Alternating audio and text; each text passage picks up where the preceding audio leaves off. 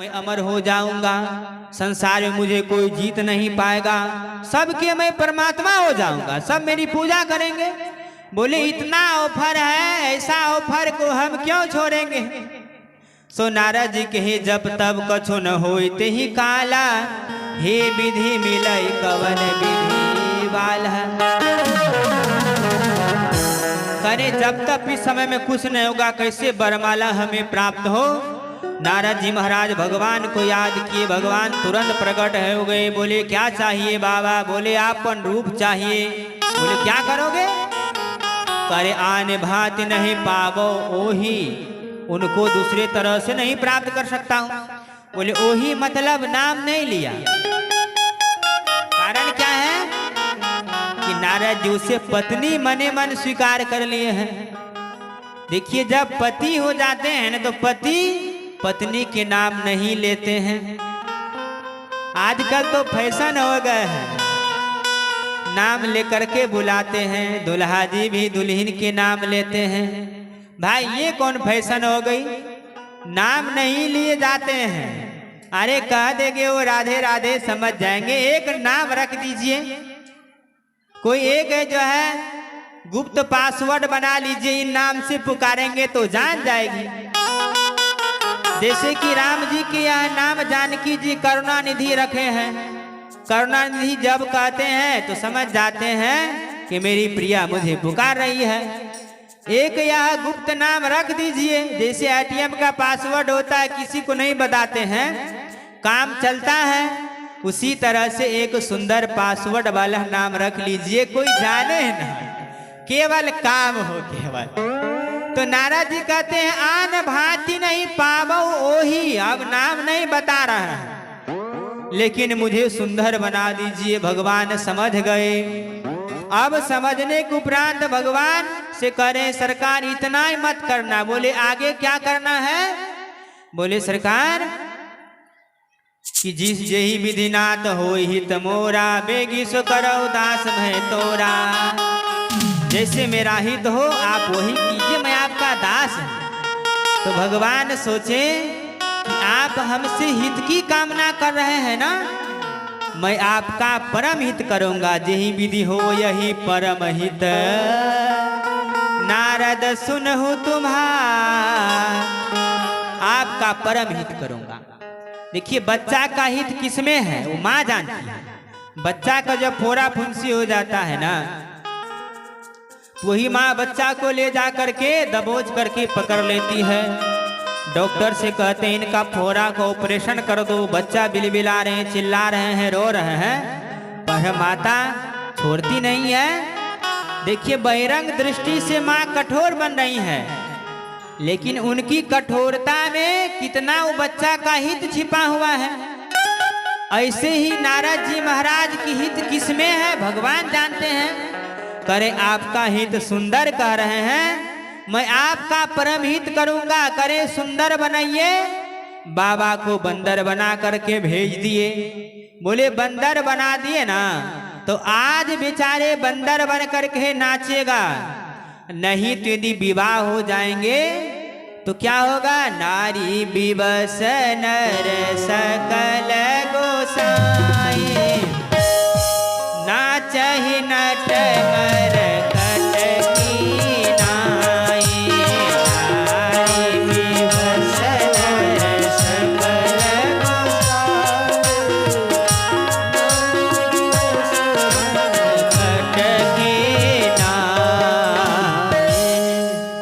करे नाचहि नट मरकट की नाई। जिसे मदारी के बंदर को देखते हैं इशारे करता है ऐसे ऐसे नाचो नहीं तो डंडा पड़ जाते हैं। उसी तरह से करें कि बाबा आप नारी के हाथ का बंदर बन करके नाचना पड़ेगा, नहीं नाचोगे जैसे मदारी के हाथ में डंडा रहता है उसी तरह से आपको भी दिखाएगा भाई।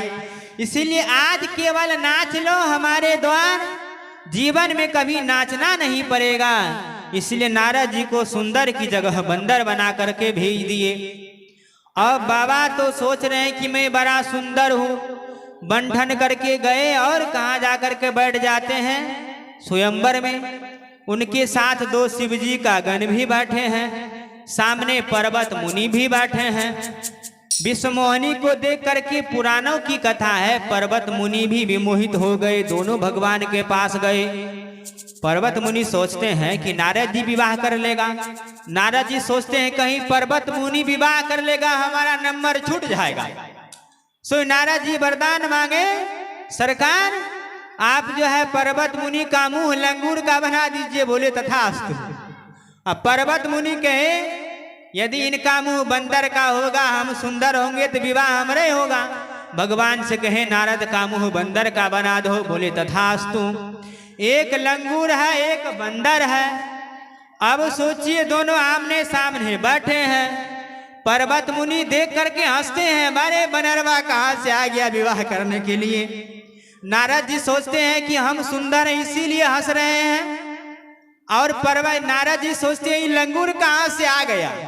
पर्वत मुनि सोचते हैं हम भी बड़ा सुंदर है इसीलिए हंस रहे हैं, मजाक उड़ा रहे हैं, क्योंकि विवाह में दुल्हा के हंसी होते हैं। अब नारद जी महाराज दोनों आपस में हंस रहे हैं, ये करे बानर है वो करे लंगूर है। शिव जी के गण भी खूब मजा उड़ा रहे हैं। तब तक में राजकुमारी बरमहला लेकर के आए, चारों ओर घूम रहे हैं।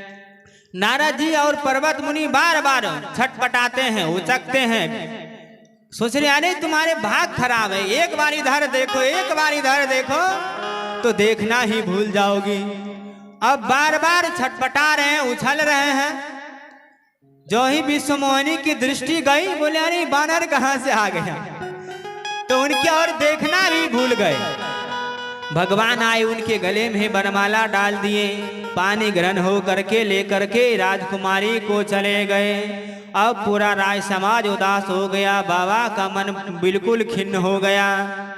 देखिए बिना अगुआ के विवाह में जाओगे यही हाल होगा, मंडप पे से लौटना पड़ेगा भाई।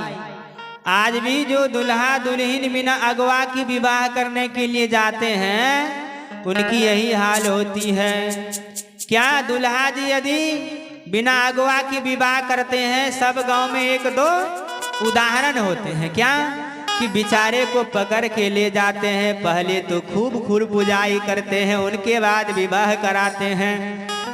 अब लड़की ससुराल आवे तो लड़का के माँ कहते हैं तुम्हारे बाप भाई ने हमारे बेटा को मारते मारते आधा इंच धसा दिया शरीर को, मैं भी तुझे छोड़ूंगा नहीं।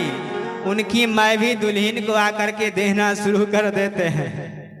देखिए शूर्पणखा भी आई थी बिना अगुआ के विवाह करने के लिए, भगवान नाक कान काट दिए कि नहीं काट दिए। नारद भी बिना अगुआ के विवाह करने के लिए आए, विवाह हुआ ही नहीं। देखिए रामचरितमानस में 4 विवाह है। राम जी के विवाह में, भगवान शिव जी के विवाह में बाबा लोग आगे थे तो विवाह संपन्न हो गए, और 2 की विवाह अपने से करने के लिए चले गए हैं। तो आज भी देखिए जो अपने से करने के लिए आजकल की बहनों को शिक्षा लेना चाहिए। अपने से बड़ ढूंढोगी तो 36 टुकड़ा कर दिए जाओगे, होना पड़ेगा। जो सब समाचार सुनते ही हो। तो नारद जी महाराज का बुरा हाल, शिवगण बोले अरे बाबा इसी रूप को लेकर के आए थे विवाह करने के लिए, अपना मुंह देख लो दर्पण में जा करके। जो ही दर्पण में अपना मुंह देखे, बंदर का बड़ा क्रोध आया, शिव जी के गण को राक्षस होने का श्राप दिए। भगवान के पास बोले आज भगवान को भी नहीं छोड़ूंगा। उन्हें भी जा करके नारद जी महाराज श्राप दिए हैं। जो कथा बड़ी बृहद है, हम सब आवे। अब गोस्वामी जी महाराज चौथे कल्प की कथा सुनाते हैं। करे मनु शत्रुपा को भगवान ने वरदान दिए हैं, उन हेतु से भगवान अवतार लिए हैं। करे जब मनु शत्रुपा घोर तपस्या किए हैं, वरदान दिए हैं, जब आप अयोध्या के राजा बनोगे तब जो है मैं आपका बेटा बन करके आऊंगा। तो बोले उस समय में तो रावण कौन बनेगा? तो बोले रावण कुंभकर्ण के लिए जो हरिमर्दन और प्रताप भानु था, ये एक बार की बात है, कपटी मुनि के चक्कर में पड़ करके सर्वनाश करा दिए। देखिए बाबा भी कई प्रकार के होते हैं, एक असली होते हैं, एक नकली होते हैं, एक फसली होते हैं। असली को जानते हैं, नकली को भी जानते हैं। बोले फसली क्या है बाबा? बोले फसली वो होता है जो कुंभ के समय में बाबा तो है नहीं, जोठाओं से आकर के महाराज पूरा जो है गांजा हो जाएंगे, भद्र करा लेंगे, कपड़ा खोल करके विभूति लगा करके नागा बन जाएंगे पूरे। महाराज ये फसली बाबा नागा बन करके नंगे धरंगे रहते हैं। लोग सोचते हैं बड़ा सिद्ध बाबा है। ये फसली बाबा खूब पैसा कमा लेते हैं, घर में आकर के सो जाते हैं, पुनः घर की काम यह गृहस्थी संभालते हैं। पुनः तीर्थराज प्रयाग हो, सिमरिया धाम हो, उज्जैन हरिद्वार जब मेला लगते हैं, ये फसली बाबा पुनः जा करके नंगे धरंगे हो करके खूब रुपया कमा करके कहते नागा है। आजकल पैसा के लिए नागा हो जाते, बोली यही फसली बाबा है। उसी तरह से यह नकली बाबा के चक्कर में अपना सर्वनाश करा दिए, श्राप दिए हैं कि जाओ निश्चर बन जाओ। तो यही प्रताप भानु अरिमर्दन रावण कुंभकर्ण बना है। जो ही रावण कुंभकर्ण बना, इतना भयंकर अत्याचार, अनाचार, पापाचार, दुराचार किए, सभी देवता आपस में गोष्ठी किए हैं भगवान को कहाँ पुकारा जाए, क्योंकि हम सभी के दुख तो भगवान ही निवारण करेंगे, दुनिया में कोई निवारण करने वाला नहीं है। भगवान के सिवाय कोई नहीं दुनिया में निवारण करेगा। तो इस तरह से जो है गोस्वामी जी महाराज कर रहे हैं। जय सिया राम, आप सब शांति बना करके रहिए। बोलिए राजा रामचंद्र भगवान की जय। तो गोस्वामी श्री तुलसीदास जी महाराज कर रहे हैं, सभी देवता आपस में विचार कर रहे हैं। कोई कह रहे अरे भाई भगवान कहाँ बैकुंठ में है? बोले दूसरा का नहीं, भगवान जब से विवाह किए हैं ना, तो तब से क्षीर सागर में निवास करने लग गए। सभी अपना अपना मत दिए हैं, भगवान शिव जी भी अपना मत दिए हैं। सभी देवता बैठ करके स्तुति करते हैं। कैसे स्तुति कर रहे हैं? करे बैठे सुर सब करहि विचारा, कहाँ पाइए प्रभु करिए पुकारा। बैठे सुर सब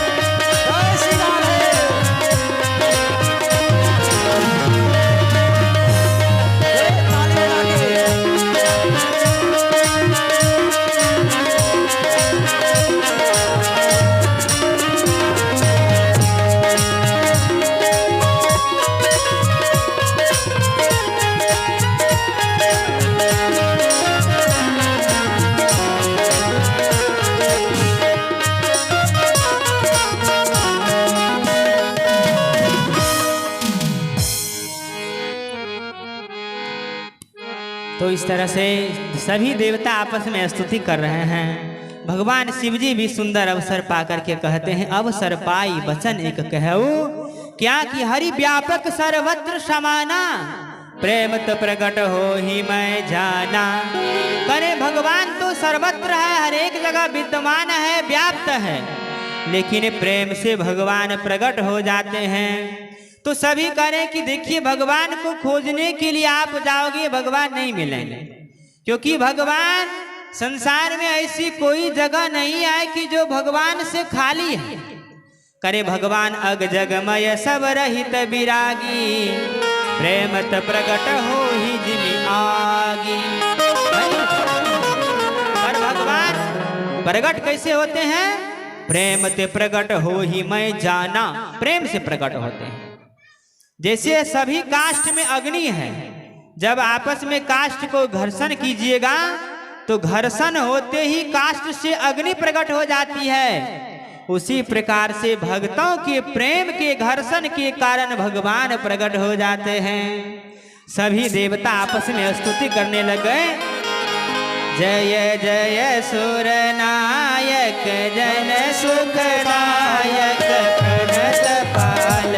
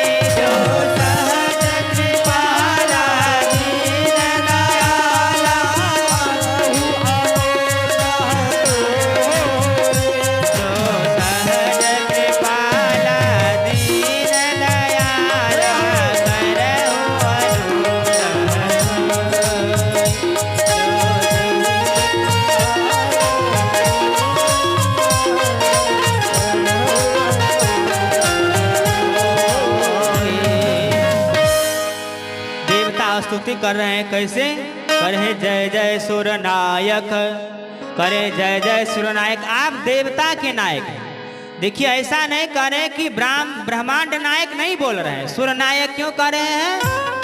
यदि आप ब्रह्मांड नायक बनिएगा ना, जब आप ब्रह्मांड नायक बन जाइएगा तो ब्रह्मांड में निश्चर भी है। तो ऐसे जो निश्चर है, तो आप जब निश्चर के नायक बन जाइएगा ना। रे लड़का, रे लड़का, अरे ध्यान आकृष्ट हो जाता है उधर, रे हटो वहां से। भजन गाएंगे, खूब बढ़िया से नाच करना भाई।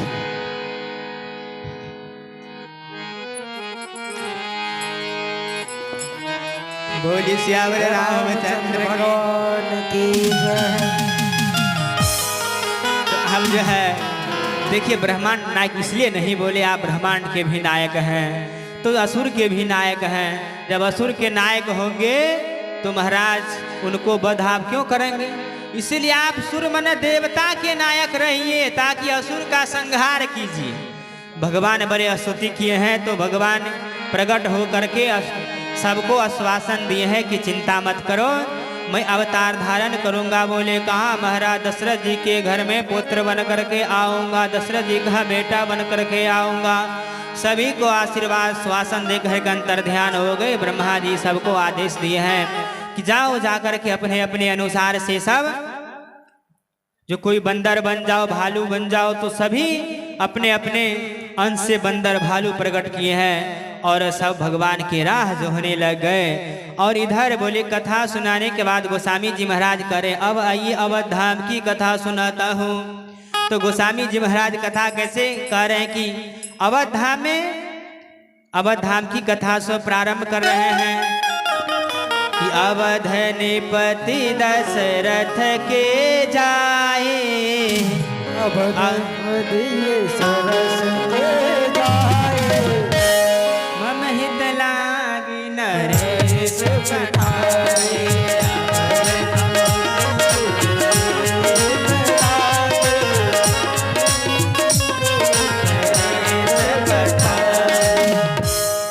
करे यह कौन है? अवधपुरी रघु कुल मनि राऊ, वेद विदित तेहि दशरथ नाहु। अवधपुरी रघु कुल मनि राऊ,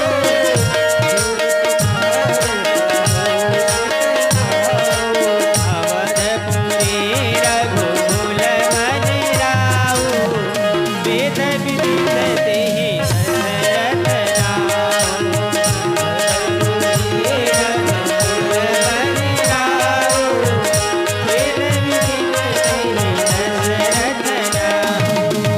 धर्म धुरंधर गुण निधि ज्ञानी, धर्म धुरंधर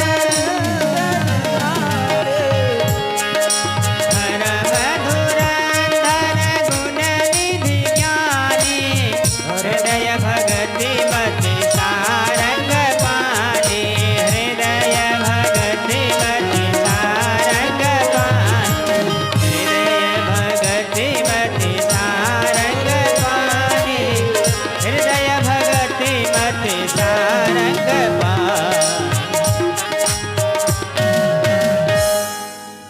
तो अब महाराज दशरथ जी को कोई पुत्र नहीं हो रहा था। गुरुदेव भगवान के पास गए। गुरुदेव भगवान युक्ति बता दिए। बोले पुत्र इष्टि यज्ञ करवाना पड़ेगा। यज्ञ प्रारंभ हो गए। अग्निदेव भगवान हविष्यान लेकर के प्रकट हो जाते हैं और जो ही चरु दिए हैं सभी रानी सेवन करते ही गर्भधारण हो जाते हैं। भगवान गर्भ में आ गए। अब देखिए आवे हम सब भगवान के प्राकट महामहोत्सव मना रहे हैं। बड़े धूमधाम से स्तुति गाएंगे। तो अभी हम सब भगवान की स्तुति गा लेते हैं। प्राकट महामहोत्सव। भय प्रगट कृपाला दीन दयाला, कौसल्या हितकारी। भय प्रगट कृपाला दीन दयाला, हरषित महतारी मुनि मनहारी, अद्भुत रूप निहारी।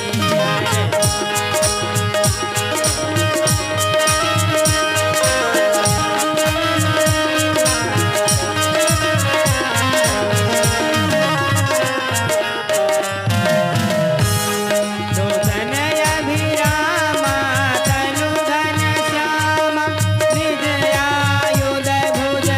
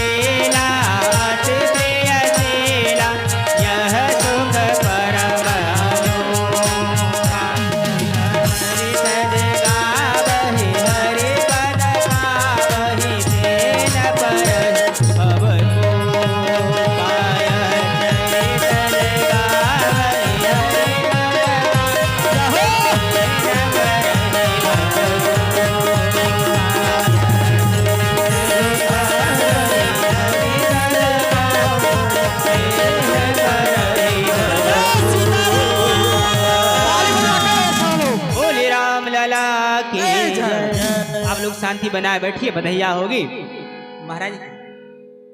मैं पंकज बाबा से निवेदन करता हूं कि आप मंच के पास अविलंब आवे। आप लोग स्वामी 10 मिनट पंकज और बाबा आनंद से बैठिए। भगवान स्वामी श्री राम पंकज